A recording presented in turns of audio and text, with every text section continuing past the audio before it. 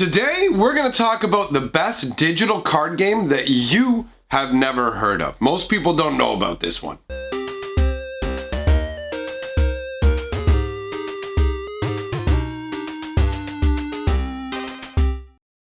Greetings, hatchlings! I am here today to share something that I genuinely enjoy with all of you, because more people need to know about this game. Sometimes something awesome will come along and the word just hasn't spread enough. What am I talking about? I'm talking about a game called Slay the Spire. It is a digital deck building game where just buy the game and you've got everything. There are no digital booster packs or anything of that nature, although there are some additional cards that you can unlock. The game is still somewhat in development, but to me it's an absolutely finished product. Now, a word of warning, some people have an issue with the game because of the way that it looks. To them, it looks like an old kind of maybe Flash game. So graphically, the game may not be the most absolutely gorgeous game by today's standards. If you're used to things like Red Dead Redemption 2, then yeah, you're probably going to be like, all right, maybe the graphics not so good. I don't know, maybe a little bit improvement. But overall, the absolute amazing flavor and fun of the game make it worth it. It doesn't matter. You just give yourself the opportunity to get past the visual look of it, and you will find it has a lot to offer. There are 3 different characters that you can play in the game, and they all have their own weaknesses and strengths. And what happens is the ultimate goal of the game is to slay the Spire. It is a 3-act sequence where you will basically travel up level by level by level by level by level until you face a big ultimate boss at the end of the 3 different acts. And there is technically a tiny little 4th act too that they have just recently added that you can also dive into. Now, the game has a regular mode and also a daily challenge mode where every single day they will give you a game to play with specific restrictions. Now, how it works is you will start out at the very beginning of a run with a very limited amount of cards. You will have cards in your deck that represent strikes to do damage to your opponent and cards that will beef up your defense so you can defend against being hit back.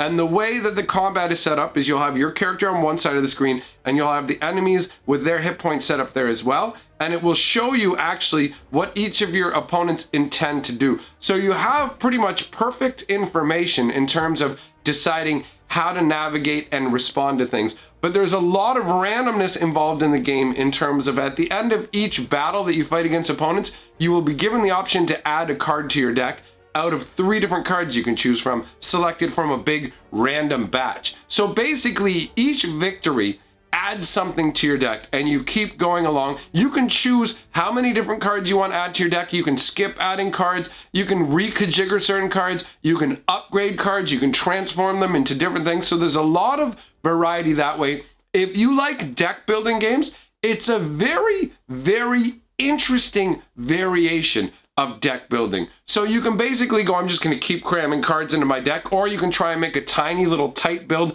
where you keep getting the same cards over and over, because when your deck runs out, it will reshuffle and refill your hand.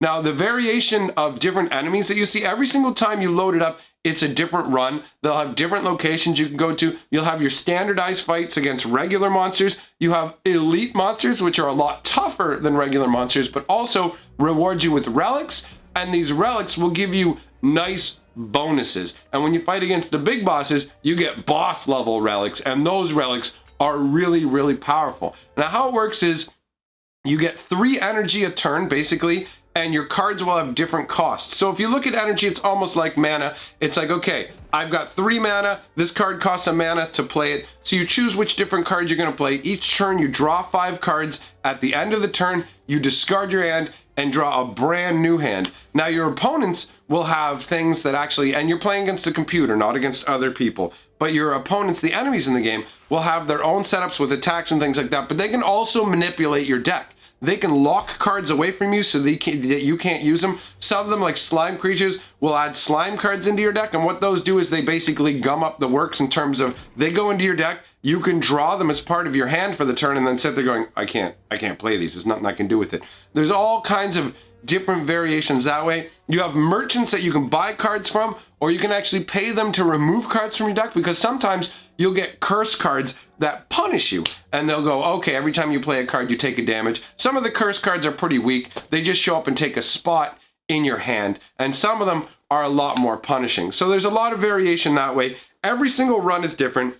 The flavor behind the game is apparently you keep being reincarnated by a giant spirit whale. What the spirit whale's goals are actually unclear, but he keeps sending you back through this dungeon, and you learn this bit by bit. Sometimes when you go to these question mark rooms, there'll be events, and if you're paying a lot of attention to the flavor, you'll realize that you actually have been through these iterations before. There are echoes of your previous existence left from before. So it's really cool in that regard. Honestly, the game is incredibly cheap. It's less than $20 to buy. So if you play Magic, it's essentially less than the cost of a pack of Ultimate Masters. It has infinite replayability. Honestly, I go almost every day to see what the daily challenges are. Sometimes the daily challenge is, you know what? Here you go. You have to start with your normal deck, but you get 5 copies of this one card to make the best of it. Sometimes it's a sealed draft kind of environment where they go, okay, we're going to have these all cards, and you draft your deck from it. Sometimes the game just shoves a big 50 card deck at you.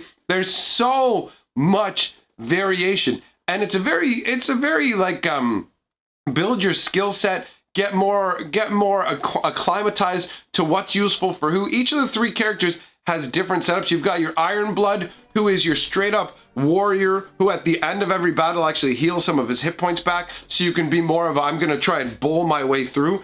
There is the Silent, who is kind of like a witch, and she is a little more subtle in terms of you can't bull your way through. She doesn't heal at the end of the turn, but she starts with additional cards at the beginning of each battle, so you have that advantage.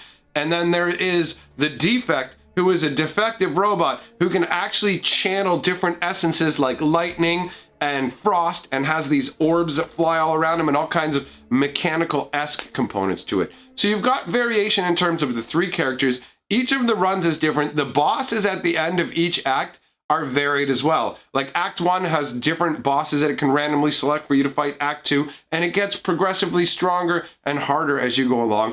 And there is the secret-ish 4th act, where if you take a particular path, make sure you fight this one super elite that shows up and forfeit one of your treasures and forfeit the ability to rest and heal up at one of the resting campfire junctions. You can actually make it to the 4th area, where you will fight the beating heart of the Spire, who is an incredibly difficult opponent who at this point I have as of yet not to beat. I've been beaten by it a bunch of times, but the game has so much replayability. At first it seems like there may not be that much depth to it, but the more you play it, you realize the deeper it goes. And as you play through runs, you get points. But you get points for different events. Like let's say you manage to beat a bunch of elites, you'll get extra rewards for that. There's also interesting ones where there's a card called Feed in the game, where if you actually use it to finish off an opponent, it permanently boosts your hit points for that run, which is absolutely lovely. And if you eat enough creatures with that, then you get some bonus points for that. And these points not only help you determine your ranking in the daily challenges, but they actually unlock additional cards in the game, so you get stronger. And most of the time, you're restricted to one particular grouping of cards you can get. So for example, if you're playing the Ironclad versus playing the Defect uses blue cards, the Ironclad uses red cards, and normally you'll only get to draw from that pool. But there are artifacts or special runs that will allow you to move outside of that, adding even more variation to it. I have literally never had 2 runs that are the same with this game. It's always changing, and I enjoy it a lot. And if you want to see what it's like, I actually have Twitch gameplay of it up obviously on my Twitch, and some of it's been moved over to the stream archive as well. You can come over to Twitch sometime if you want to check it out in person when I'm playing live. Last night I was playing it. I was swearing my head off. Oh my God, I was so angry and so salty last night because the game just gave me a hard run and wanted to mash me to the ground. I lost multiple times on the daily challenge, but I just kept at it. I keep coming back to the game because it's a lot of fun. And I genuinely feel like not enough people know about this. I want to share the things I enjoy with you guys. So I figured, you know what? There's a lot of people who like games, and specifically card games, who come to my channel. So it's about time to show some love to Slay the Spire for people who didn't already know about it. Now that I've covered all of that, let us just say that tomorrow there will be another video coming out. 5 o'clock p.m. Eastern time is the release time for that.